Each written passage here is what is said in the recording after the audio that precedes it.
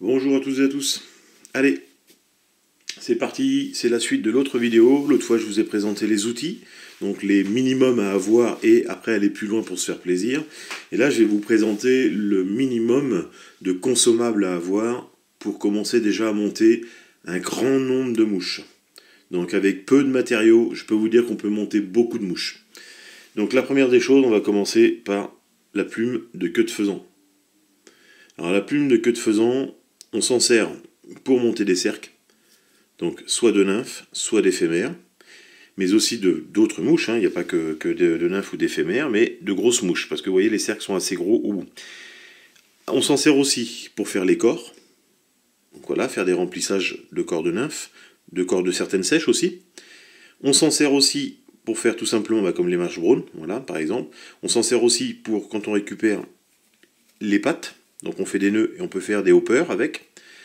Donc après on peut faire des hoppers, on peut faire simplement les petites nymphes avec les petites pattes de chaque côté. Voilà. Une queue de faisan, pour moi, c'est primordial. Ça va vous permettre, je vous dis, d'aborder déjà le type d'éphémère avec les grands cercles. On va pouvoir faire de la nymphe, on va pouvoir faire de la mouche noyée aussi. Sur les corps, on va pouvoir faire de la sèche tout court. Voilà, la queue de faisan, primordial. Ça, c'est à avoir absolument dans la boîte. Après, si on veut monter des collerettes, soit pour la nymphe, soit pour la noyée, et aussi des cercles, je vous conseille, et aussi petite collerette sur certaines mouches, je vous conseille de prendre un coup de coque indien. Au départ, pour vous amuser aussi, pour tourner vos mouches, savoir comment tourner une plume. Voilà, je vous conseille au départ de prendre un petit coup de coque indien. Donc ça, c'est un couleur un peu jaune clair. Moi, je vous conseillerais de prendre un marron, un gris. Voilà, un marron ou un gris, c'est très très bien pour démarrer, ça suffit amplement. Les couleurs primordiales dès le départ, ça sera marron, gris, noir, voilà, dans ces couleurs naturelles là. Pas de hyper pétant, de jaune tout de suite, ça sert à rien. Les jaunes, il faudra les accompagner avec d'autres produits. Mais là, pour faire des collerettes, pour faire des corps, vous regardez, il n'y a pas d'insectes fluo à part les lucioles la nuit qui s'éclairent avec la petite lumière aux fesses. Mais le reste, j'ai jamais vu une abeille fluo ni une mouche de mai fluo ou quoi que ce soit. On a des couleurs vives, mais pas fluo non plus. Donc on va rester sur des couleurs d'éteinte naturelles. Donc comme je disais, le coup de coque, les grandes fibres vont nous servir tout simplement à faire récupérer les cercles pour monter voilà, sur des nymphes ou des trucs comme ça, tout simplement. Ça va avoir les récupérer aussi pour monter des noyers. On va en prendre des petites devants pour faire des petites collerettes. Et après pour faire des cerclages tout au long d'une mouche, pour faire des palmaires, des trucs comme ça. Et donc un petit coup de coque indien, moi je dis que c'est pas mal. Après, si vous voulez vous monter de très belles mouches avec de belles collerettes, des réguliers, des enroulements réguliers, une fibre régulière de la pointe jusqu'au rachis, jusqu'à la fin du rachis, pardon. Je vous conseille de vous acheter un demi-coup de coque, ça suffit amplement. Alors celui-là, il est gris cendré. J'en ai d'autres en couleur beige, roux. Voilà, ça c'est les trois que j'ai, beige, roux et gris cendré. Et un noir aussi, pardon. Après, j'utilise pas beaucoup moi, le coup de coque, parce que je sais que souvent, ça vrille les bas de ligne, ça fait hélicoptère, et ça vrille. Donc sur ce coup de coque là, vous pouvez voir, les fibres sont plus longues et plus fines qu'un coup de coque indien. Si j'arrive à en choper une, voilà. Vous voyez, elles sont plus grandes et plus fines. Mais les fibres sont plus petites. Vous voyez, celles-là, ces coups de coque là, c'est du simple. Elles sont pas utilisables ici, elles sont utilisables à partir d'ici, sur tout le reste. Et là, c'est de la fibre qui reste de la même taille. Donc cette fibre-là nous permettra de monter de l'hameçon de 16, de 14, de 12, et faire de jolies collerettes, ou faire de jolis palmaires bien réguliers. Donc moi je vous conseille de vous prendre un coup de coque, mais un vrai coup de coque, un vrai demi-coup de coque. Ça commence à partir d'une trentaine d'euros, et ça monte jusqu'à 80-90 euros le coup de coque. Mais ça, c'est, je dirais aussi, sur un coup de coque, vaut mieux investir un bon coup de coque, ou après, si vous n'avez pas les... Si vous avez peur d'investir, si je retrouve... Si vous avez peur d'investir dans un coup de coque, que ça vous fait trop cher, il y a notre ami Laurent Laval, donc du coq à la rivière, voilà, qui vous font des petits sachets prêts à l'emploi, des petits sachets pré-calibrés pour tel et tel hameçon. Voilà, donc ça, ces petits sachets-là, ça permet de démarrer aussi. Donc c'est du coq à la rivière qui les vend. J'avais dit que je citerais pas de marque, mais là c'est pour pallier et voilà. Donc après, quand on a vu notre coup de coq ici, moi je vous conseille aussi pour faire des collerettes, encore une fois des belles collerettes, faire un petit peu de corps fouillis, de prendre une jolie peau de lièvre. Alors bien sûr, chasseur ou après commerce. Donc quand vous prenez une belle peau de lièvre, il y a de quoi faire pas mal de montage, faire des jolies collerettes, faire des corps, du dubbing, faire des cercles aussi un peu en touffu comme l'oreille de lièvre. Ça peut nous servir, alors ça ne sera pas une oreille de lièvre parce que l'oreille de lièvre part de la base de l'oreille de lièvre bien sûr, mais là on peut faire quand même quelques mouches se ressemblant et se rapprochant de l'oreille de lièvre. Mais ça ne sera pas une oreille de lièvre, bien sûr. Mais ça, peau de lapin, enfin peau de lièvre obligatoire. Après, pour faire des corps un peu comme de sedge ou des trucs comme ça, faire des ailes, moi je vous conseille une peau de cerf. Donc là, il y a du grand poil de cerf, on en prend, on les met dans les tasse-poils, et après on peut faire les dessus de corps, on peut faire le sedge godard, on peut faire, comment ça s'appelle, quelques scarabées, donc des mouches terrestres avec ça, ça flotte très très bien. Donc ça c'est pareil, je vous conseille de prendre au moins un minimum une peau de cerf. Ou de chevreuil. Chevreuil, attention, la fibre est plus petite, donc elle est moins dense et moins stable sur l'eau. Le cerf reste plus gros et plus flottant.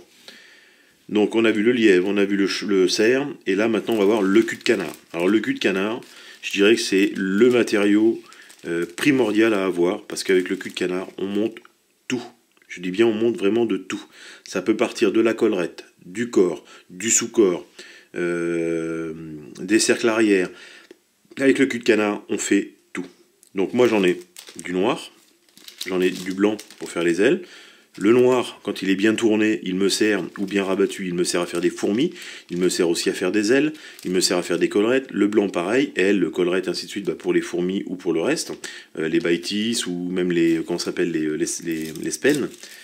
Après on a la couleur beige, on a les couleurs brun. Voilà, ça franchement c'est les trois couleurs à avoir, donc brun, enfin beige, brun, blanc et puis noir, donc les quatre couleurs à avoir, pardon. Ça c'est les quatre couleurs que je vous conseille. Voilà, ces quatre couleurs là, vous faites déjà toutes vos mouches, vous pouvez faire des bubble sedge, vous pouvez faire, je vous dis tout, de la petite, du petit voilier, vous pouvez faire de la petite éphémère, vous pouvez faire monter vous montez de l'hameçon de 12 jusqu'à l'hameçon de 22, même voire 24 avec du cul de canard, vous faites tout ce qu'il faut. Là-dessus, il va nous falloir un peu de plomb, pour les lestages aussi, de vos nymphes. Voilà. Donc le mieux c'est de prendre du 6,0 ou du 0,6 mm si vous préférez. 0,6 mm, c'est le plomb, on va dire, qui a la bonne taille, qui passe partout.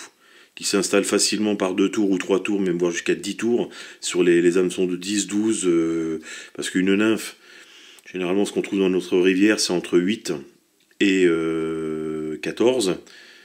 Donc le plomb va très bien sur les hameçons de 12, 14, et ça sera déjà pas mal. Après, qu'est-ce qu'il nous faut d'autre? Pour le cerclage des corps, de temps en temps, on prend du cuivre. Donc là, vous voyez, un cuivre récupéré sur un haut-parleur, assez fin, je l'ai mesuré, donc c'est du 0,2 dixième. Donc c'est du 0,2, ce qu'on achète dans le commerce, la plupart du temps en bobine, c'est du 0,1. Là, c'est du 0,2. Le 0,2 va très bien pour mettre le dessus des corps et faire les têtes cuivrées, par exemple. Après, on va parler fil de montage. Alors là, c'est comme je disais l'autre fois, ne pas confondre remplissage et montage. Le fil de montage va nous permettre à tenir tous ces éléments sur l'hameçon. Donc c'est bien du fil de montage pour maintenir les produits, mais en aucun cas vider la bobine pour faire tout le tour du corps et donner un corps volumineux. Si vous videz une bobine sur un corps de sèche, le problème c'est que vous allez occasionner du poids, vous allez occasionner une mouche lourde, et un fil comme ça s'imbibe vite d'eau, et votre mouche ne va pas tenir longtemps la flottaison. Et ça va être très dur à sécher en sous-corps.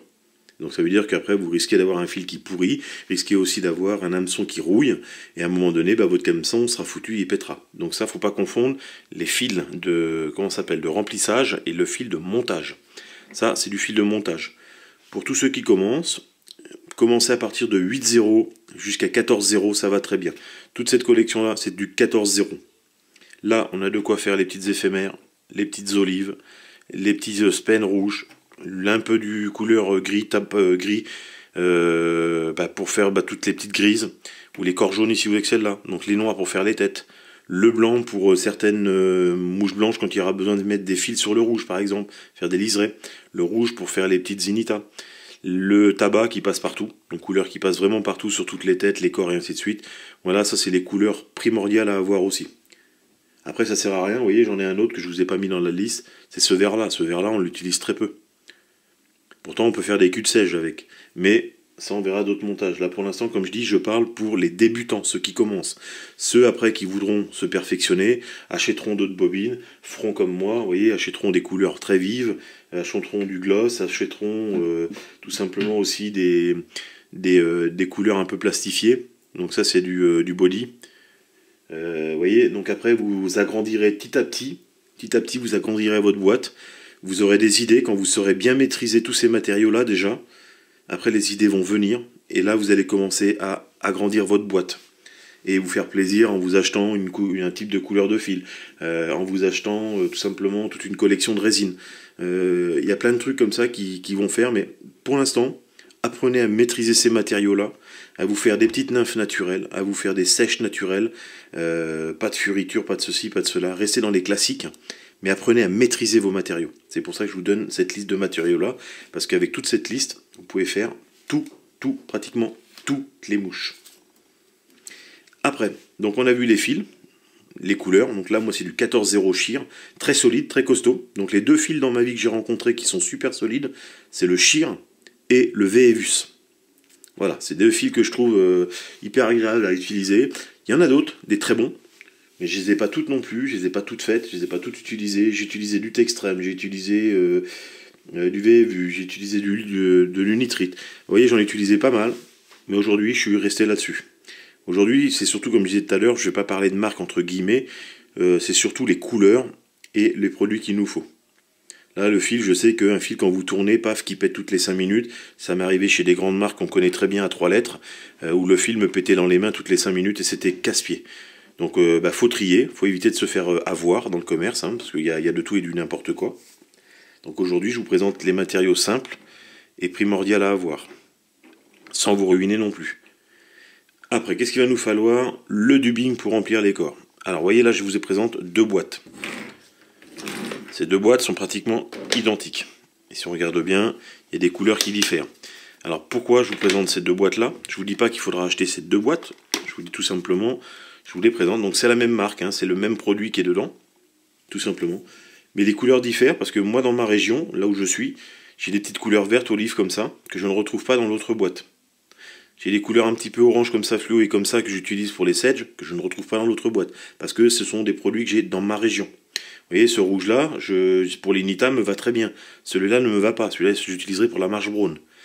Donc, si je vous présente ces deux boîtes-là, si au début vous ne pouvez pas vous acheter les deux boîtes, en achetez qu'une, mais achetez celle qui se rapproche de plus des éphémères ou de plus que le plus des insectes que vous aurez chez vous. Vous voyez là ces deux jaunes là, moi je sais quand j'étais dans le Loir-et-Cher, c'était très bien pour ces éphémères.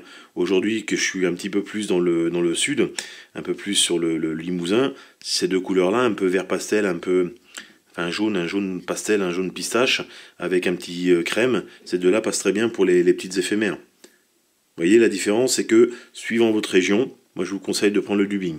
Alors le dubbing, c'est du super fine, waterproof, qui flotte, qui évite de s'imbiber. Ça permet d'avoir des flottaisons nickel, et surtout de remplir un corps sans utiliser toute la bobine. Et pour le montage, le primordial, avant aussi, un petit tube de colle, hein, de cyano, mettre sur une aiguille pour arrêter vos nœuds, couper vos matériaux. Parce que des fois, on va arrêter une bobine de fil au milieu du montage pour reprendre avec une autre couleur. Vous voyez, une bobine de fil, on commence avec une, ça ne veut pas dire qu'on va finir avec la même. Donc un petit peu de glu pour maintenir le tout, ça fait pas de mal, c'est une colle qui est légère et qui tient bien. Et bien sûr, pour finir, on va parler hameçons. Alors les hameçons, moi je vous conseille, dans un premier temps, de n'utiliser que 4 tailles. Même 3 je dirais. Le 18 je le réserve un petit peu. Voilà, 3 tailles obligatoires à avoir absolument dans ces boîtes. C'est ce qui vous permettra de pallier tout type de mouche. Le 12 vous allez pouvoir faire des grosses nymphes, des éphémères, des gros sedges. Le 14 vous allez pouvoir faire des sedges, des éphémères, des petites mouches toutes simples. des petits sèches, des petites terrestres. Et le 16, vous allez pouvoir vraiment taper sur les petites, ce qu'on appelle les petits voiliers, les petites éphémères et tout comme ça. Après, vous pouvez acheter un petit 18 pour aller plus loin, pour monter des petites fourmis, pour monter des petites altières, pour monter des petits trucs comme ça, des mouches plus petites. Mais voilà ce que je vous conseille aujourd'hui. Les hameçons 12, 14, 16 et 18, et bien sûr des hameçons standards. Alors je vais vous ouvrir une boîte pour que vous puissiez voir la tronche d'un hameçon standard. Tout simplement, voilà, hameçon standard, taille numéro 12. Et là, il n'y a pas de marque définie. L'hameçon standard, vous en avez un peu partout. Là, ok, vous voyez que c'est de l'Akita, mais de l'Akita, ça sort de la même usine. Tout ce qui est les hameçons, généralement, ça sort de la même usine. Après, chacun met sa marque dessus, mais ça vient toujours du même endroit. Donc voilà, je pense qu'on a fait le tour. Donc, dans les couleurs de fil, je vous conseille ces couleurs-là. Le vert olive, le jaune, le cannelle, pas cannelle, petit cannelle. C'est ce qu'ils disent, cannelle ou pas? Je sais plus, ça doit être ça, ouais, cannelle. Le lit de vin, le blanc, le gris, le noir et le rouge. Tout simplement. Un peu de plomb, un peu de fil de cuivre, les hameçons standards, du dubbing, peau de cerf, peau de lièvre, une queue de faisan obligatoire, un demi-coup de coque. Si vous n'avez pas de sous pour vous acheter plusieurs coups de coque, privilégiez le gris. Passe partout. Un coup de coque indien, pareil, privilégiez le gris ou le brun. Tu vois, vous voyez, je m'en sers presque plus, même plus du tout, je dirais. Et les plumes de cul de canard. Donc on a dit marron clair, donc beige, ce qu'ils appellent beige, brun, blanc et noir. Et là, on a tout ce qu'il faut pour monter une multitude de mouches. Voilà les amis, j'espère vous avoir aidé pour les débutants. Et puis après, comme je vous dis, apprenez à maîtriser ces matériaux-là. Apprenez à faire des beaux enroulements, que ça soit bien régulier, à bien poser votre plume. Il y a pas mal de vidéos qui traînent sur Internet. Donc il y a chez moi, là sur mon site YouTube. Il y a aussi Jean-Marc Saumarez qui en a fait pas mal sur Facebook. Et je pense, je sais plus s'il a monté une chaîne YouTube ou plus, mais il me semble que oui. Vous avez aussi Jean-Paul Dessaigne qui montre très bien. Alors si vous voulez vous faire la main sur tout ce qui est lièvre et ainsi de suite, Jean-Paul Dessaigne. Si vous voulez vous faire tout ce qui est cul de canard et savoir comment les manier, comment les tourner, Marc Petitjean. Tout ça, c'est des trucs que vous allez récupérer sur Internet. Et puis les coups de coque, comme je vous disais, donc Jean-Marc Saumarez. Et après, le reste, ça sera à vous de créer vos modèles, de vous inspirer des modèles existants, puis de rajouter quelque chose ou enlever quelque chose. Voilà.